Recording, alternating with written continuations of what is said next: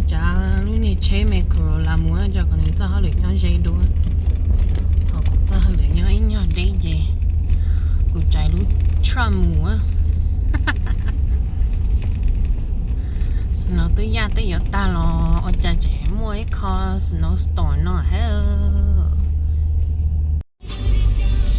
nó là bọn nó sẽ tên này một con cho thì họ lửa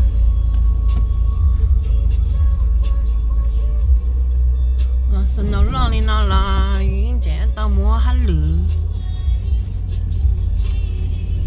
cho cho mình nhiều giờ chỉ một cần tới sức gì mình nhiều giờ nhớ không chế gì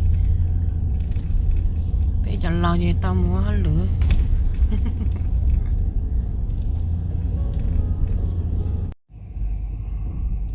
nó lo sao nó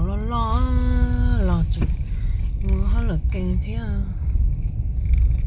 lo chỉ lo mình nghề nhau tôi chỉ muốn cần tới nữa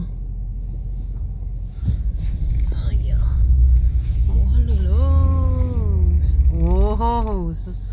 chế sao mà chỉ mua cái nè mua phô biểu